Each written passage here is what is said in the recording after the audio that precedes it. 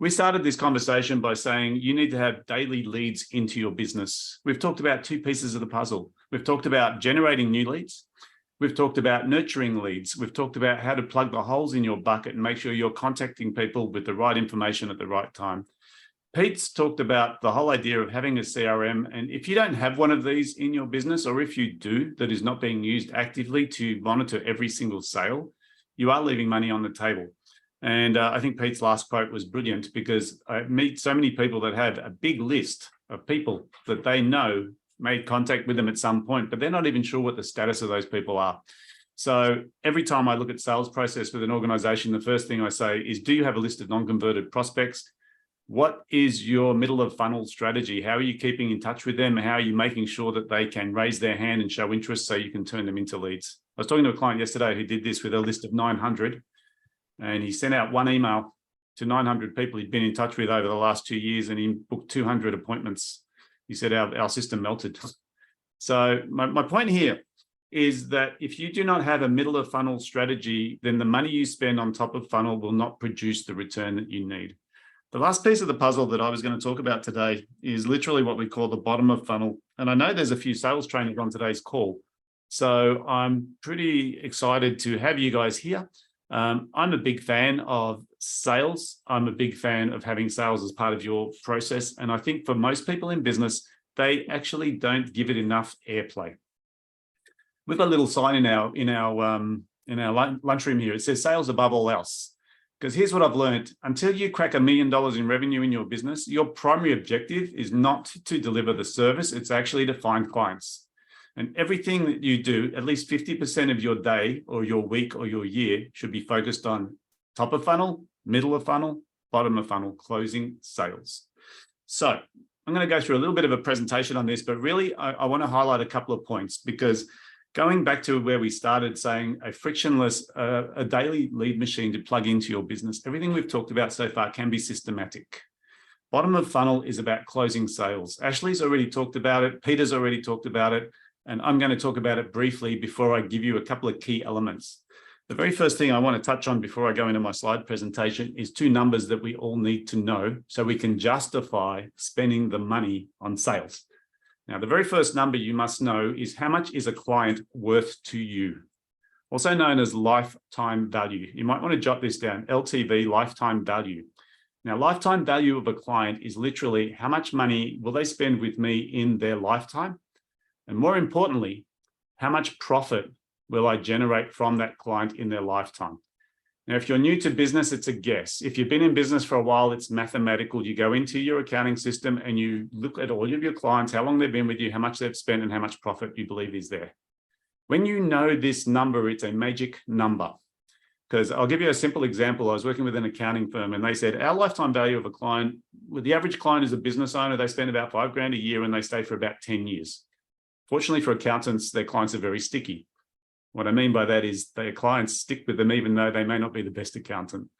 But the point of the situation was, I said, what's your profitability on that? He said, $5,000 a year for 10 years, there's $50,000 in revenue. We have a 20% profit margin, which makes it $10,000.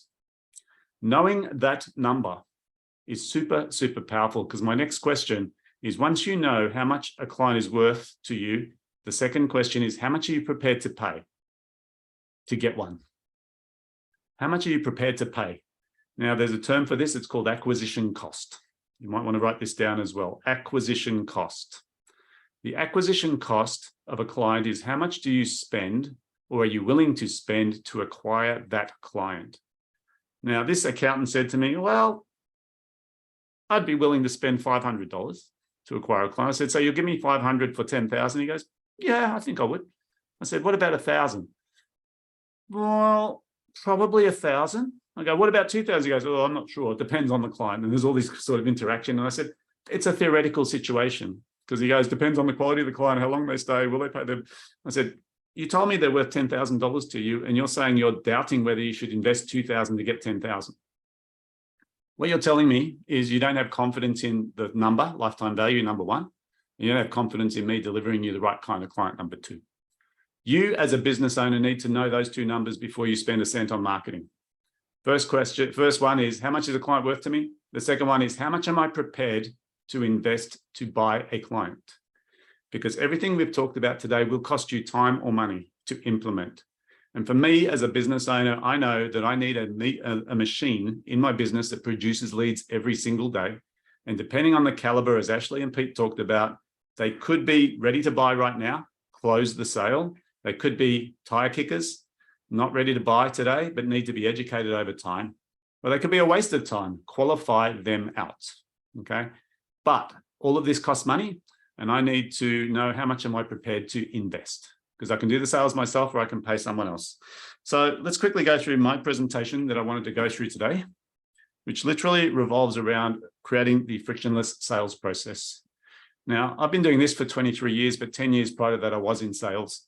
And one of the things I learned about sales is that most people know they need to do it. Very few people are willing to invest the time and the money to train themselves to be good at it.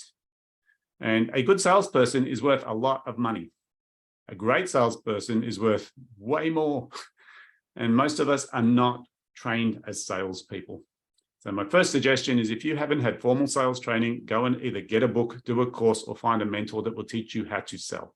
If your team that you're giving these expensive leads to do not understand how to build relationships, ask questions, and close sales, invest the time or the money to get them trained, because you're burning leads if you don't know how to close them. So let's talk a bit about this process. The first thing is the problem. I have a lot of people that come to me and say, I just need to know how to close a sale. There's pressure because I have these leads, they come to me and I'm trying to close them, but the truth of the matter is they're not ready to buy. Here's what I learned. You cannot force anyone to make a sale, a buying decision, right? You can be there, you can educate them, you can show them the value, and then they still need to make the decision. So pressure to close is usually created by having unqualified or not ready leads. The second problem is lack of control. I can't make people pay me money unless I have a gun, but even then I can't make them pay me money, right? So I don't really have control over the sale. What I do have control over is how I manage that sale. The third problem that we see is chasing. And I hear this endlessly, you know, the talk about, you know, people are ghosting me. How often should I follow up? Ashley sort of said the question. I remember one of my sales trainings said, you follow up until they buy or die, right? Which means you don't have a limit on how often you follow up. You just try and reduce the cost of follow up, right? So following up to me should not be seen as chasing. It should be seen as helping, right? If you are chasing people, you will get frustrated because like that little seagull in the background, they run pretty much faster than the kid can, and they can fly. What it means is we have an unpredictable future. And often I'll ask people to put a sales forecast together and I'll say, can you project sales for next year? And they look at me like puzzled, as in, I don't have a crystal ball. I can't tell you what's going to happen next year. No one could predict COVID. I don't see any 5-year plan that said if COVID happens, we'll do this. We don't know what's happening in the future. And when we start to do sales forecasting, we're relying on our statistics and our numbers to give us a sense of what's coming next year. The first thing we look at is history. The second thing we look at is what is our pipeline looking at? But going back to my example of the accountant, if I said to you, for every dollar you give me, I'll give you $2 in return. How much money would you give me? Hypothetical, I'm not really doing this, right? The answer is as much as you can get your hands on, right? Who would agree with that? Just quick show of hands. Yeah. So now that we know that if I can guarantee a return on my investment in marketing and sales, then I will double down and double down and double down as long as I'm seeing that return. And the only thing that should stop me investing is when my return diminishes or when I run out of capacity, right? Other than that, sales and marketing should be your priority, right? Because if you have unused capacity within your business and the month ends, it's gone. You cannot cash in on last month's available hours. You cannot cash in on a sale that you lost. It's gone. So let's look at the other side of this. The opportunity is simple. The first thing is I want my clients to self-checkout. Here's the beauty of a supermarket now. I have a preference to go to the self-checkout than to go to the checkout register. Who does this as well? Goes to the self-checkout as a preference. Isn't it crazy? I'd rather not talk to anyone and put my product through and get out of there quickly than have this lovely girl say, hi, how's your day? And, you know, bundle all of my mangoes as she bruises them on the way into the bucket, into the bag, right? I want my clients to be self-checkout as well. Now, we can create this in our sales process. And the way we do it is by making sure that it's easy to do business with us. And we're going to talk a bit about that. The second thing I want to do is make sure I've got some predictable process, so I know what my conversion rate is. We run over 100 of these events like today. And when I was talking to the presenters at the start, they said, we've got 60 registrations. How many do you think we're going to get? And I said, 24. And they said, is that all? I said, no, it's not all. That's our historical number that is occurring right now based on the current economy. And we had 27. So I was slightly conservative in my guesstimate. But my point is, predictable processes give you predictable numbers, right? In sales, it doesn't matter what the number is. If you measure it, you can predict it and you can improve it. Third thing, I want consistent results, right? I want to know that when a lead comes in that I qualify it well. Pete talked about the idea of asking good questions. Ashley talked about the idea of asking good questions. I think Ashley offered a script. I would get that script. I will offer you another script. You need to have 5 to 7 qualifying questions that you have printed out, laminated on your table in front of you for when an inquiry comes in. The reason is that you don't want to be distracted by someone calling you as Pete called them a cold lead. It's a name of a person who's interested in talking to you, but you have no idea what it's about. When you ask questions, you can quickly categorize like a triage nurse does in an emergency ward, whether they're a prospect that you should be talking to right now, prospect you should be talking to later, or someone that you shouldn't be talking to. So consistent results. And the last thing I want to make sure that we walk away is with this understanding that your sales process from lead gen to dollars in your bank should be a well-oiled machine. And when it is, and when you know your return on your investment on your marketing dollar, you will increase your ad spend to the point that you're filling the capacity of your business. So I just was thinking about an example, and many years ago when I first started, I was out there in the field and I was talking to Pete from Better Bench Tops. And first question I always ask people is, do you measure your conversion rate? And Pete used to say, first question was, what's your sales process? And he said, I go out to site, I measure the bench top, I write the quote out by hand. This is how long ago it was, by hand. And I hand the quote over to the prospect. And I said, great, what's your conversion rate? And he said, well, I'm not sure. So for the next 2 weeks, I said, I want you to count how many quotes you do and how many deals you win. And he came back to me, he goes, David, good news, 2 out of 10. Our conversion rate is 20% based on how many quotes we won last week and how many quotes I did. I said, fantastic. I want you to change one thing about your sales process, just one thing. And it wasn't logistically hard, right? It was simple. The thing I asked him to change is when he handed the quote physically to the client, before he let go of the piece of paper, he said, here is your quote. It's X amount of dollars. Would you like to go ahead? Literally, that was the question, a closing question. Would you like to go ahead? He comes back to me 2 weeks later. He's so excited. I said, what happened, Pete? He goes, David, 4 out of 10, 4 out of 10 sales. Right? Now, I want you to think about the ramifications of that. He didn't have to do any more quotes. He didn't have to talk to any more people. He literally spent 15 seconds longer talking to a client, but it was awkward. Would you like to go ahead? And as a result of asking that question, people looked at him and he paused and they said, okay, let's do it. And he would win the sale. Now, he felt, I don't want to be salesy. I don't want to be the sales guy, but we changed one question. And he went from 2 out of 10 to 4 out of 10. Now, what does that mean mathematically? He doubled his business, doubled his sales. He went from 2 out of 10 to 4 out of 10 without seeing any more people. That is the importance of you tuning in on your sales process, getting it right, asking the right questions at the right time. And if it's not working for you, analyze it, get some help. So, how are we going for time? How does this apply to you? There's 4 elements. Actually, I'm going to do this a couple of ways. There's 4 elements I want to talk to. Ashley's talked to them. Pete's talked to them. I'm going to do this. Actually, I'm going to do this better. Excuse me. I'm going to draw. There's 4 elements I want to talk to. The first element that I want to talk to here is very, very simple. Okay. When we sell, one of the things we must do is we must be able to, I can find this. We must be able to get sales resistance down. So resistance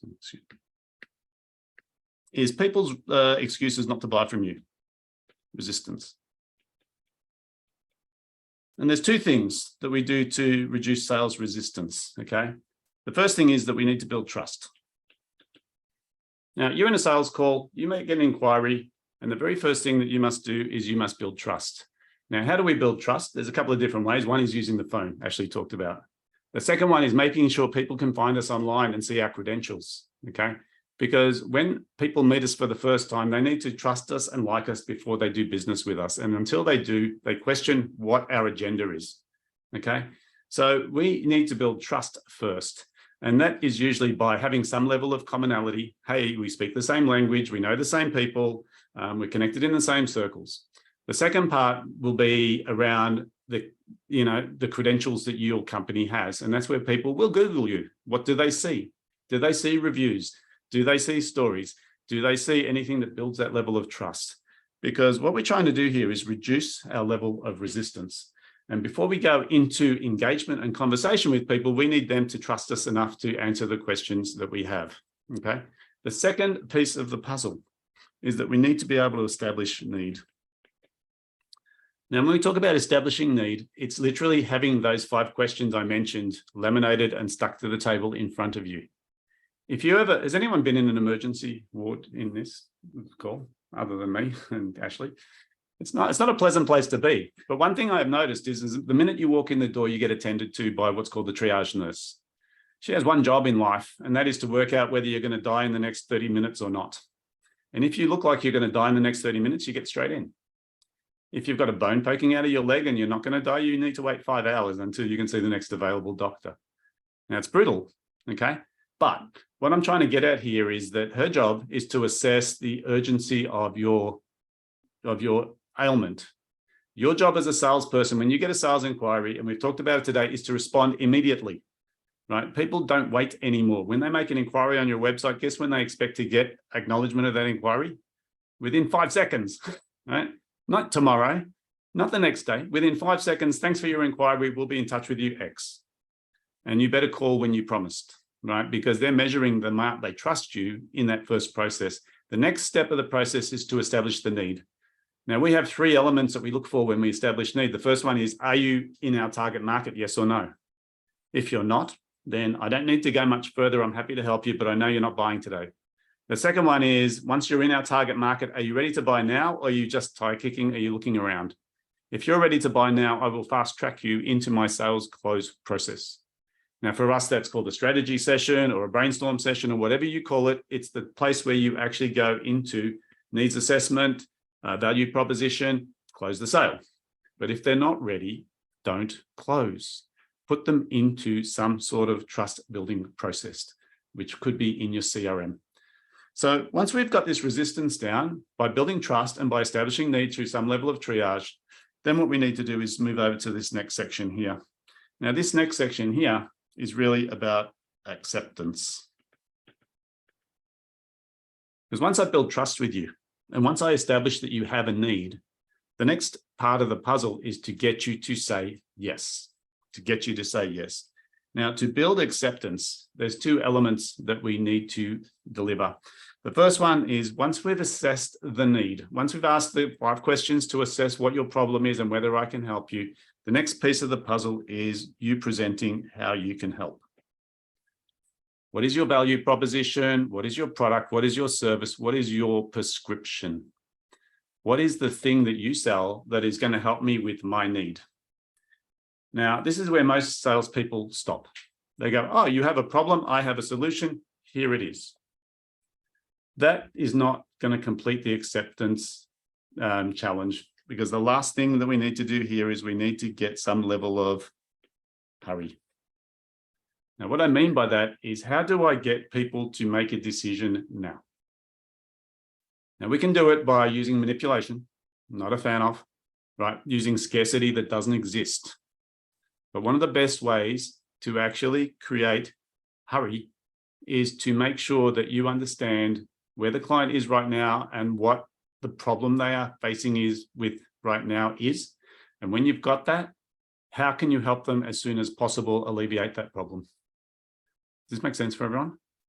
So the hurry element of your sales process is literally understanding the pain points and the problem that your client has and using those to help them make a quick decision. Now, the other part of it is the barrier to entry, which is what is their fear of engaging with you? How do I get the risk out of that engagement? So things that will help with hurry is risk reversal. Things that will help with hurry is simple engagement process, try before you buy, those sorts of things. Okay, so where I'm going with this is the 4 elements of any sales process need to be: build trust to lower resistance, establish need so that you're working with the right people at the right time, provide the solution, give them the help they need, and then have a mechanism to get them started quickly. Have a mechanism to get them started quickly. Now, without going into all the details of this, because this is actually something I suggest you work on as a project, I'd like to offer you a download because it's easier to you to do this in your own time. Just in the chat box, I'll put a little link to what we call the Frictionless Sales Process document. If you go there and you can grab this document, just click on that link and it'll take you to the landing page. On there, you'll download the workbook that we use to create frictionless sales. It takes you through this process in your own time. If you need help with this right now, so if you're those people that say, I've got a sales process, it's okay, but it's not producing the result for me, book a time to chat with us or with me. I'm happy to review sales processes because I'll tell you one thing I've learned is most people think they're good at sales. But what I've learned is that the numbers tell me the truth.